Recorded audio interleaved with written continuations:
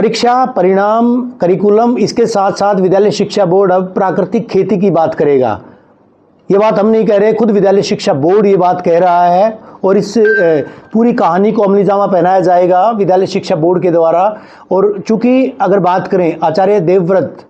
जो कि गुजरात के राज्यपाल भी हैं, लगातार जहर मुक्त खेती की बात करते आए हैं और विगत दिनों भिवानी उनका दौरा भी था। प्राकृतिक चिकित्सालय में उनके द्वारा कही गई थी कि अध्यापक जो है, अध्यापक और विद्यार्थियों को इसके साथ जोड़ा जाएगा और उस बात को फलीभूत करने के मकसद से विद्यालय शिक्षा बोर्ड एक मेगा आयोजन करेगा। किस तरह का आयोजन है, किस तरह से जो अध्यापक हैं उनको, गुरुजनों को ये बात बताई जाएगी कि जहर मुक्त खेती से बचा जाए, प्राकृतिक खेती किस तरह से की जाए, किस तरह का शेड्यूल है। विद्यालय शिक्षा बोर्ड के अध्यक्ष डॉक्टर पवन कुमार जी हमारे साथ, उनसे बात करेंगे। सर, प्राकृतिक खेती की बात विद्यालय शिक्षा बोर्ड अब करेगा, किस तरह से मन में विचार आया और कैसे इस विचार को फलीभूत किया जाएगा? जैसा कि आपने बताया, महामहिम राज्यपाल आचार्य देवव्रत शास्त्री जी, राज्यपाल गुजरात राज्य, अभी पिछले दिनों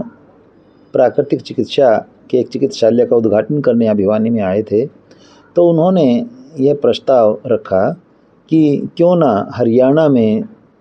स्कूलों के थ्रू प्राकृतिक खेती और संस्कार युक्त शिक्षा, इसके ऊपर एक ट्रेनिंग या यूँ कि एक व्याख्यान दिया जाए। और इसके लिए सबसे अच्छा जो सोर्स आम पब्लिक तक संदेश पहुंचाने का है वह अध्यापक ही हैं। तो जब इस सारी बात पर मंथन किया गया तो महामहिम राज्यपाल ने 21 अप्रैल को हरियाणा विद्यालय शिक्षा बोर्ड में हरियाणा प्रांत के शिक्षक साथियों को, इसके साथ साथ यदि जो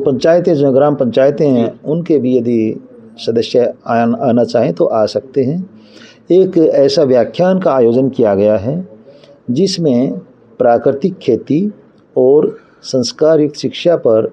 ब्रीफ किया जाएगा। जहाँ तक प्राकृतिक खेती की बात है, बड़ी कॉमन बात है कि आजकल जिस प्रकार से एक्सेसिव यूज़ ऑफ केमिकल्स, चाहे वो फर्टिलाइज़र्स की फॉर्म में हो, चाहे इंसेक्टिसाइड्स और पेस्टिसाइड्स की फॉर्म में हो, न केवल उर्वरा शक्ति को ख़त्म कर रहा है, पृथ्वी की जो उर्वरा शक्ति है, बल्कि इसके साथ साथ जीव जंतुओं के अंदर भी ऐसी ऐसी बीमारियाँ उन टॉक्सिक सब्सटेंसेस की वजह से हो रही हैं, जैसे कि आमतौर पर कैंसर है या लीवर से रिलेटेड बीमारियां हैं, डायबिटीज़ है, हाई बीपी है। इन सभी का कारण मुख्यतः भोजन ही है जिसमें केमिकल्स की जो मात्रा है ज़्यादा हो गई है। और यदि इसको मैं मेरा अपना एक प्रैक्टिकल अनुभव शेयर करना चाहूँ साइंस का विद्यार्थी होने के नाते, क्योंकि मैं भी जूलॉजी का प्रोफेसर जैसे रहा हूँ, यदि हम इंसेक्टिसाइड्स या पेस्टिसाइड्स या केमिकल फर्टिलाइज़र्स किसी एग्रीकल्चरल क्रॉप में ज़्यादा स्प्रे करते हैं तो उस ज़मीन में जो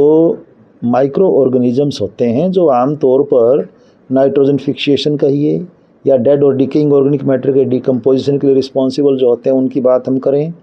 या जो सॉइल के अंदर माइनर एलिमेंट्स होते हैं, माइक्रो एलिमेंट्स जिन्हें हम कहते हैं, 17 एलिमेंट्स ऐसे होते हैं जो अपनी सेल्स में, प्लांट्स की सेल या अपनी सेल्स में चाहिए होते हैं।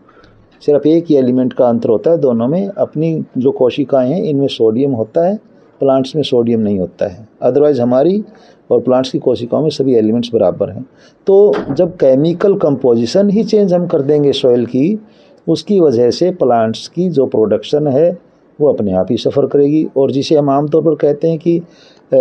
ज़मीन में रेही ज़मीन में हो गई है या और कोई दूसरी प्रकार की कमियाँ, उपजाऊ शक्ति कम हो गई है, उसका मुख्य कारण भी यही है।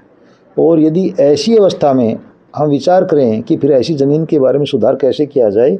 हम 2 या 3 साल के लिए यदि ऐसी ज़मीन को केमिकल्स और इंसेक्टिसाइड्स पेस्टिसाइड यूज़ ना करें, छोड़ दें, तो दोबारा से ज़मीन अपने आप को रिन्यू कर लेती है। तो ऐसी ऐसी बातें बड़ी आवश्यक हैं आज के टाइम में। माननीय प्रधानमंत्री महोदय भी इसी बात पर काफ़ी जोर दिए हुए हैं कि किसी प्रकार से प्राकृतिक खेती की तरफ हम शिफ्ट करें, क्योंकि कई बार ऐसा होता है कमर्शियलाइजेशन जब किसी एक पर्टिकुलर लाइन में होना शुरू हो जाता है तो वहाँ पर जो गुण हैं वो छुपा करके जानबूझकर दोष ज़्यादा बताए जाते हैं, ताकि किसी प्रकार से जो केमिकल फर्टिलाइज़र इंडस्ट्रीज़ हैं या इंसेक्टिसाइड पेस्टिसाइड बनाने वाली इंडस्ट्रीज़ हैं उनको ज़्यादा फ़ायदा हो। तो मैं यही कहना चाहूँगा कि वास्तव में हमें प्राकृतिक खेती के बारे में सोचना चाहिए। और हम 21 अप्रैल को जो आयोजन, जैसा आपने भी अभी जिक्र किया है,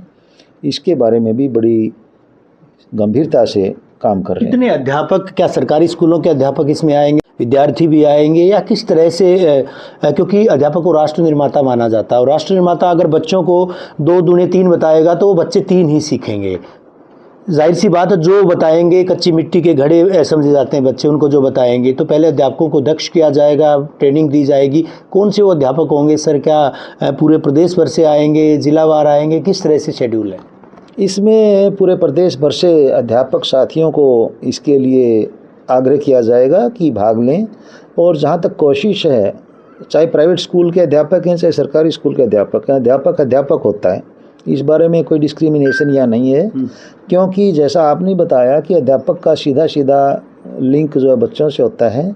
और इतना ही नहीं, अपनी हरियाणा की खास तौर पर हरियाणा पंजाब जो राज्य हैं, यहाँ इनकी इकोनॉमी वैसे भी एग्रीकल्चर बेस्ड इकोनॉमी है, सभी को ज्ञान भी है पहले से खेती बाड़ी के बारे में।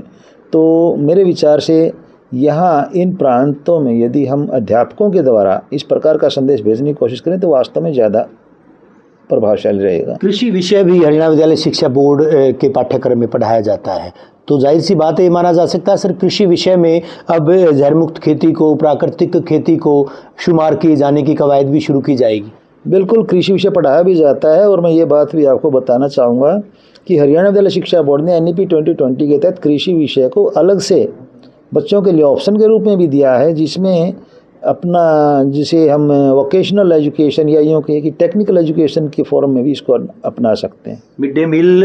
के साथ भी इसको एक अहम सवाल है सर, मिड डे मील के साथ भी जोड़ा जाएगा, और संभवतः ये तमाम चीज़ें जब रसोई की बात आती है या फिर ये चीज़ें जो मिड डे मील में परोसी जाती है उनको उगाने की बात आती है, उसमें भी कहीं ना कहीं प्राकृतिक खेती को जोड़ा जाएगा। बिल्कुल, ये तो संभावनाएं देखी जाती हैं अपने अपने क्षेत्र में, जहाँ जिसके पास जिस प्रकार के रिसोर्सेज हैं उसके अकॉर्डिंग ही सभी को अपने क्षेत्र की संभावनाएं देखनी है। चाहे मैं तो ये कहूँगा, चाहे गमले में भी आप फ्लावरिंग प्लांट उगाने की बजाय उसमें भी कोई सब्जी का या कोई ऐसा पौधा उगाएं जिससे ग्रीनरी भी हो, साथ साथ में आपको उसकी प्रोडक्शन भी मिले। बेहद शुक्रिया सर, इंडिया न्यूज़ से बात करने के लिए। विद्यालय शिक्षा बोर्ड के अध्यक्ष डॉक्टर पवन कुमार लगातार चर्चा कर रहे थे कि किस तरह से जहर मुक्त खेती और जिसको प्रोत्साहन देने के लिए गुजरात के राज्यपाल आचार्य देवव्रत के द्वारा मुहिम चलाई गई है, देश के प्रधानमंत्री के द्वारा भी मुहिम चलाई गई है, और ये उसी मुहिम का हिस्सा है कि हरियाणा के स्कूली बच्चे वो भी कहीं ना कहीं इस चीज़ से वाकिफ़ होंगे कि किस तरह से जहर मुक्त खेती की जाए, किस तरह से प्राकृतिक खेती को और बढ़ावा दिया जाए, ताकि आगे ना केवल वातावरण को सुधारा जा सके, ना केवल जो अगली नस्लें हैं उनको ठीक किया जा सके, बल्कि ये भी माना जा रहा है कि कहीं ना कहीं जो बच्चे मिड डे मील के रूप में जो आहार लेते हैं उसमें भी प्राकृतिक चीज़ों को शुमार किया जाएगा। एक बड़ा प्रयास किया जा रहा है विद्यालय शिक्षा बोर्ड के द्वारा। 21 अप्रैल को मेगा इवेंट आयोजित किया जाएगा, जिसमें प्रदेश भर के तमाम जो शिक्षक हैं उनको आमंत्रित किया गया है। वो यहाँ पर न केवल प्राकृतिक खेती के गुर सीखेंगे बल्कि संस्कारिक शिक्षा पर भी चर्चा की जाएगी। वीडियो जर्नलिस्ट सुमित अवस्थी के साथ रवि जांगड़ा, इंडिया न्यूज़ हरियाणा।